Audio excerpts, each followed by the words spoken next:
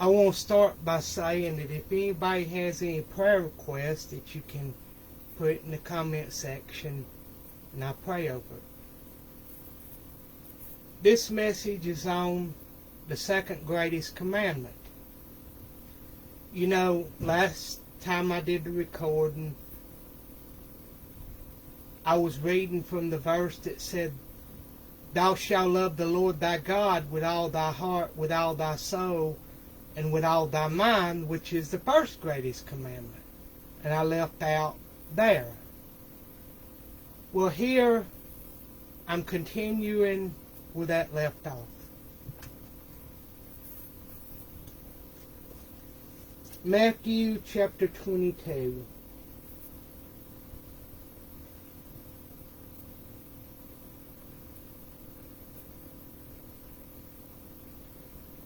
Verse 39. And the second is like unto it. Thou shalt love thy neighbor as thyself. On these two commandments, which is the one I was referring to, love the Lord thy God with all thy heart, with all thy soul, and with all thy mind, and thou shalt love thy neighbor as thyself. On these two commandments hang all the law and the prophets. Luke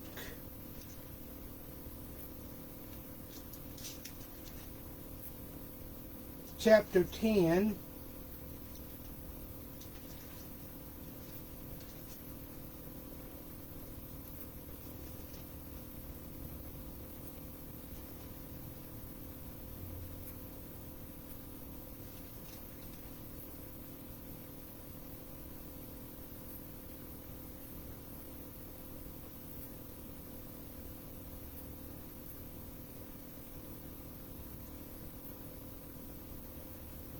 Verse 25.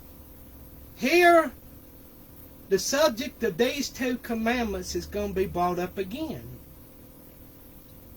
And behold, a certain lawyer, this is Luke 10, verse 25. And behold, a certain lawyer stood up and tempted him, saying, Master, what shall I do to inherit eternal life? He said unto him, What is written in the law? How readest thou? And he answering said, Thou shalt love the Lord thy God with all thy heart, with all thy soul, and with all thy strength, and with all thy mind, and thy neighbor as thyself. And he said unto him, Thou hast answered right. This do, and thou shalt live. But he, willing to justify himself, said unto Jesus, And who is my neighbor? And Jesus answering said, A certain man went down from Jerusalem to Jericho. Before I go any further on this, I want to make the point of what is the road from Jerusalem to Jericho. They had a road from Jerusalem to Jericho. It was a winding road. It started out in Jerusalem, which was 1,200 feet above sea level. And by the time it got to Jericho, it was 2,200 feet below sea level. It had plenty of places where robbers could hide, and as people traveling on that road, they could rob people. And that's the setting for the parable that Jesus told here. Back to verse 30. And Jesus answering said, A certain man went down from Jerusalem to Jericho, and fell among thieves, which stripped him of his raiment, and wounded him, and departed, leaving him half dead. And by chance there came down a certain priest that way. And when he saw him, he passed by on the other side. And likewise a Levite, when he was at the place, came and looked on him and passed by on the other side. Now, many had speculated the reasons that the priests and Levites may have passed by. But the most common answer that people give for the reason for this, they may have thought he was dead. And back in the law of Moses, if someone came in contact with a dead body, they would be defiled. And the priest and Levite didn't want to be defiled. Of course, there's a number of reasons it could have been. I mean, they could have been afraid they'd get robbed. But either way, the point is, they didn't stop to help him.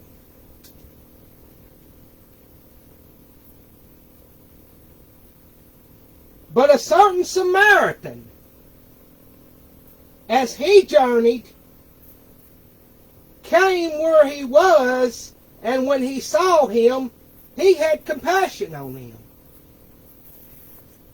Now the Samaritans and the Jews did not get along. There was a number of reasons that the Jews did not like the Samaritans. But the two most common reasons for this is, one, the Samaritans, they were Jews who had intermarried with Gentiles. And the second is because when they was rebuilding the temple during the time of Nehemiah, the Samaritans tried to hinder the Jews from rebuilding the temple. The Samaritans had their own place of worship. They worshipped in Mount Gerizim instead of in Jerusalem. And there was conflict about that as well. So there was actually three reasons that they didn't like them.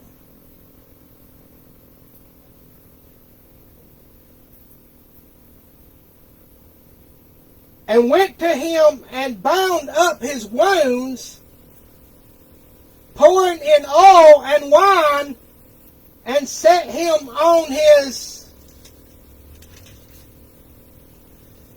own beast, and brought him to an inn, and took care of him. And on the morrow, when he departed, he took out 2 pence and gave them to the host, and said unto him, Take care of him, and whatsoever thou spendest more, when I come again, I will repay thee. Which now of these 3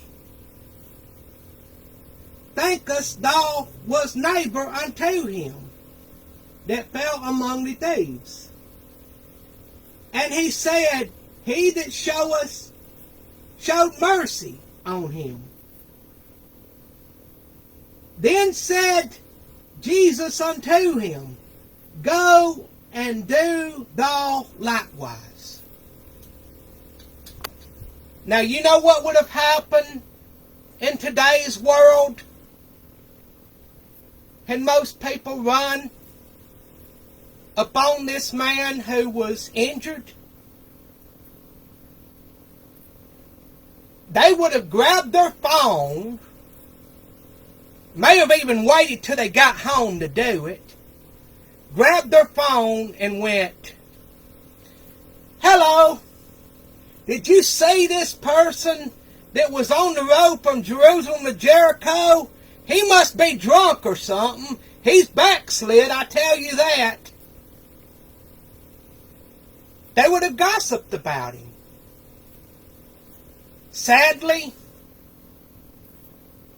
this is a problem where church people will actually do it before anybody else would. They'll gossip. And this should not be.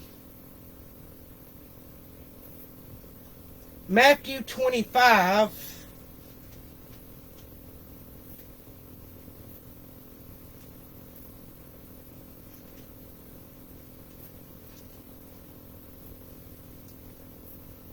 That, by the way, is why a lot of people don't like going to church. They've had bad experiences. Because a lot of times church people will put people down.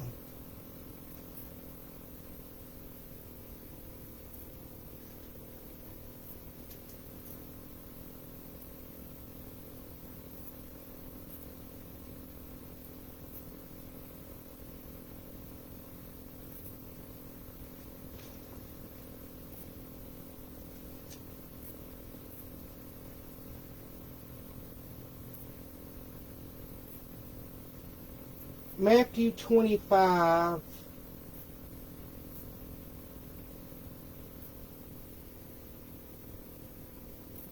Starting in verse 31.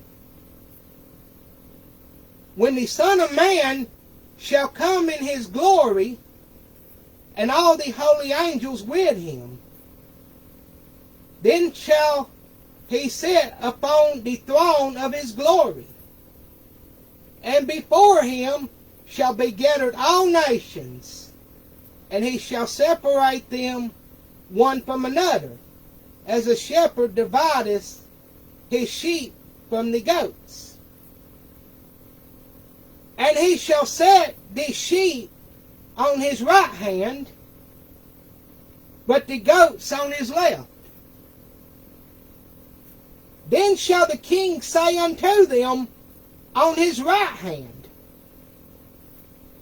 Come ye blessed of my Father, inherit the kingdom prepared for you from the foundation of the world. For I was hungered, and ye gave me meat. I was thirsty, and ye gave me drink. I was a stranger, and ye took me in. Naked, and ye clothed me. I was sick, and ye visited me. I was in prison, and ye came unto me. Then shall the righteous answer him, saying, Lord, when saw we thee and hungered and fed thee, or thirsty and gave thee drink? When saw we thee a stranger and took thee in, or naked and clothed thee? Or when saw we thee sick or in prison and came unto thee? And the king shall answer and say unto them, Verily I say unto you, insomuch as ye have done it unto one of the least of these, my brethren, ye have done unto me. Then shall he say unto them on the left hand, Depart from me, ye cursed, into everlasting fire, prepared for the devil and his angels. For I was hungered, and ye gave me no meat. I was thirsty, and ye gave me no drink. I was a stranger, and ye took me in. Naked, and ye clothed me not. Sick and in prison, and ye visited me not. Then Then shall they also answer him, saying, Lord, when saw we thee an hungered, or thirst, or a stranger, or naked, or sick, or in prison, and did not minister unto thee? Then shall he answer them, saying, Verily I say unto you, insomuch as ye did it not to one of the least of these, ye did it not to me. And these shall go away into everlasting punishment, and the righteous into life everlasting. I would hate to be the ones on his left. Matthew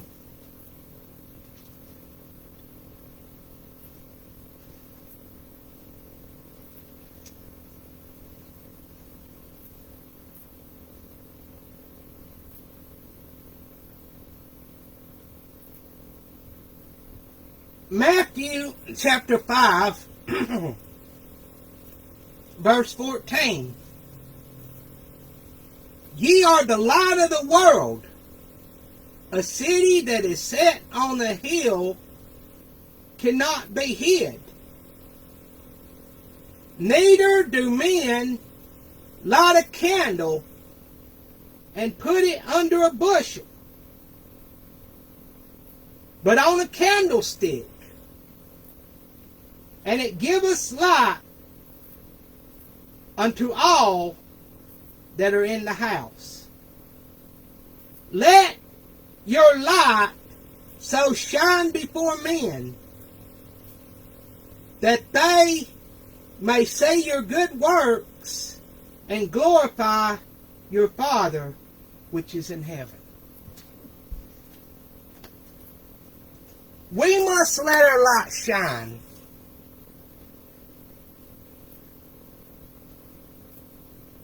Just as the commandment says, thou shalt love thy neighbor as thyself. That's how we let our light shine. By the way, I'll find a picture of the road from Jerusalem to Jericho, and I'll put it in the comment section.